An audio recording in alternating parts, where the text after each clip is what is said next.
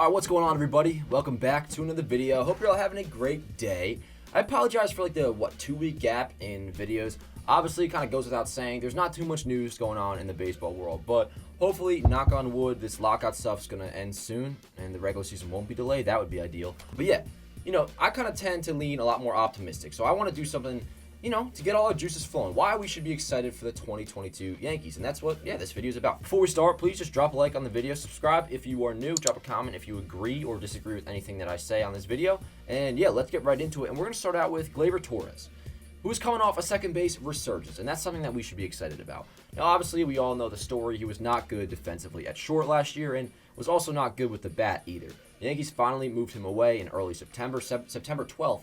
To be exact, and through that time, he was hitting just .252 with a mere .675 OPS, well below league average. By this point in 2021, we're well removed from 2019 Gleyber Torres when he was a stud. He was a star, upcoming star. And then he moved back to second base after September 12th, and in 19 games, he happened to hit 300 with a .372 on base, .443 slugging, and 2 homers. You know what his OPS plus was? It was 128. And you want to know why that's interesting to me?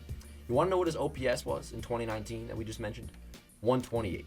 So yeah, I know it's just 19 games, but when there already was a narrative that Gleyber Torres was a better player at second base, and I didn't necessarily subscribe to that theory. I really didn't. But hey, I can't lie. And you take the stats away. If you guys watch every game like I do, you see just the way he went about his business and just the way he looked at second base. It's no secret. I mean, I'm not saying Gleyber was folding under the pressure by any means, but I could see myself trying to do too much being the shortstop of the Yankees, you know what I mean? I'm going to give my take right now. I think Gleyber Torres is going to be significantly better offensively this year. I'm talking over an 800 OPS.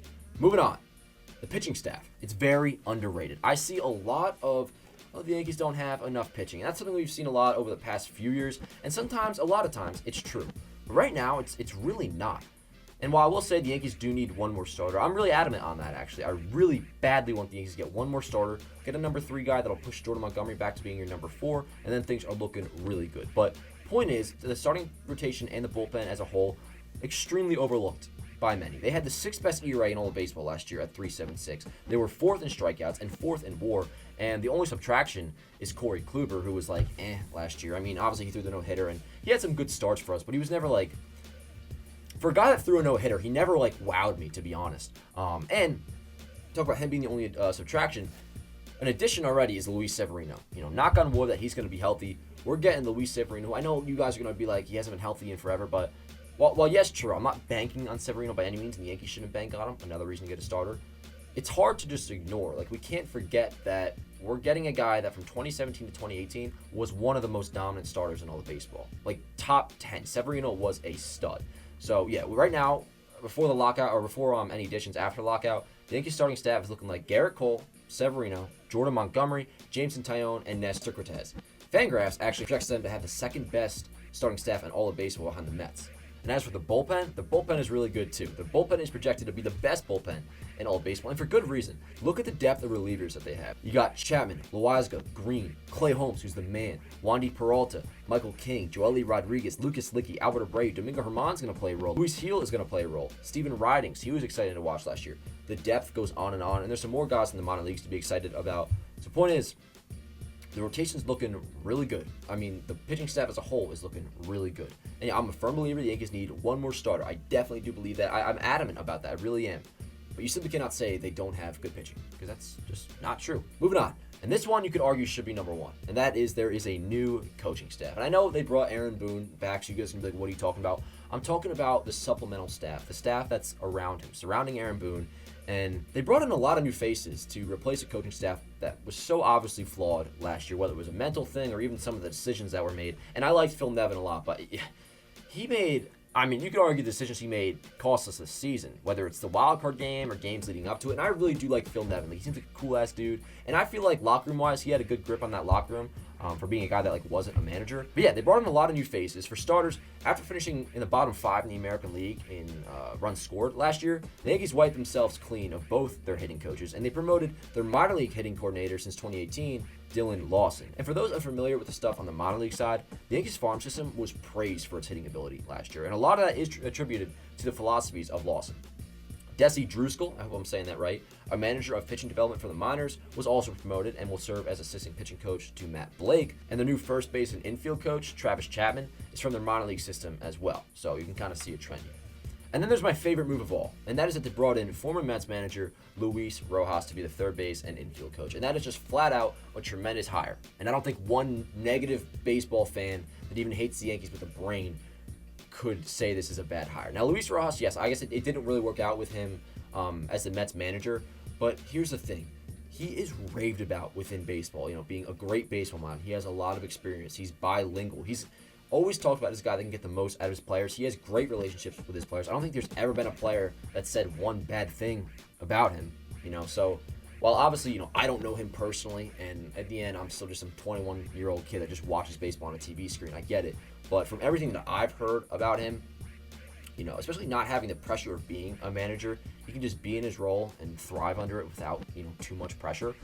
I'm pretty excited to see the difference that Luis Rojas makes. And the Yankee coaching staff overall, without a doubt, the Yankees coaching staff in 2022 is going to be better than the coaching staff they had in 2021. Moving on to the fourth and final one, but before we do that, we just got to take care of, pay some bills around here. This video, I want to let you guys know, as usual, is sponsored by Manscaped. And for those who aren't, too familiar with Manscaped by now, they've sponsored me for a while. I've used their stuff long before then. They're a below-the-waist grooming. They're the leaders in below-the-waist grooming, I should say. And you can join them by using my code YANKSAVE for 20% off plus free shipping. Now, their main product for sure is always the Lawnmower 4.0. That's their electric trimmer. I use it myself, and it is 100% the most reliable thing that I've ever used. And I use that thing on my face, to be honest, too. I'm not sure if that's what it's designed for. I use it down there. I use it up here as well. They're also doing some other stuff as well. The big thing they got going on is their Ultra Premium collection. And this package includes the Manscaped Premium Deodorant. I have that. Smells phenomenal. The Hydrating Body Moisturizer. You get the body wash. You get the 2-in-1 shampoo and conditioner. And all this stuff has for those who use Manscaped and Manscaped anything, the smell I'm talking about. It is just the signature Manscaped smell. All their stuff smells the same, and it smells so freaking good. I can't obviously describe, how good it smells, but it smells really good.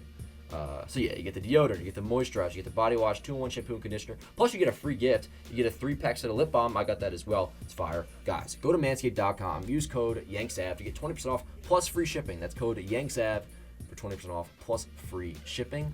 The big saying, it's very true. Your balls will thank you. They will. And your body as a whole, because it's just going to make you smell good. But yeah, let's get back to the video. And let's get into the one I'm most excited for. That's why it's number one.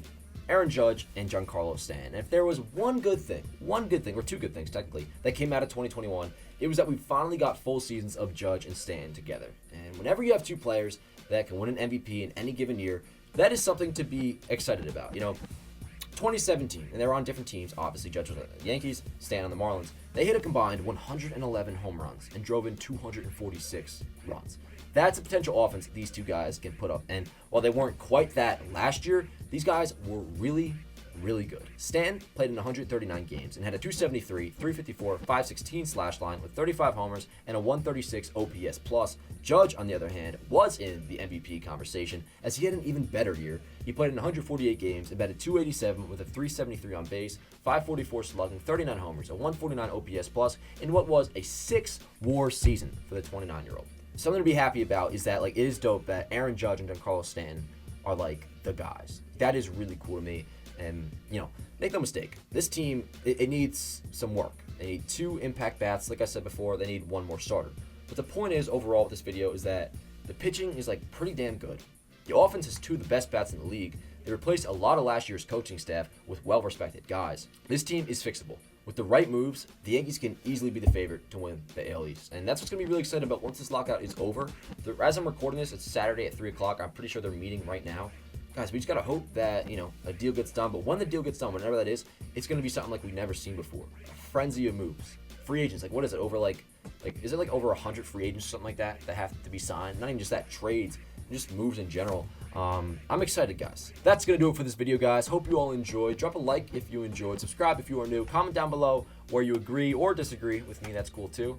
And, yeah, I will see you guys next time. Let's go, Yankees.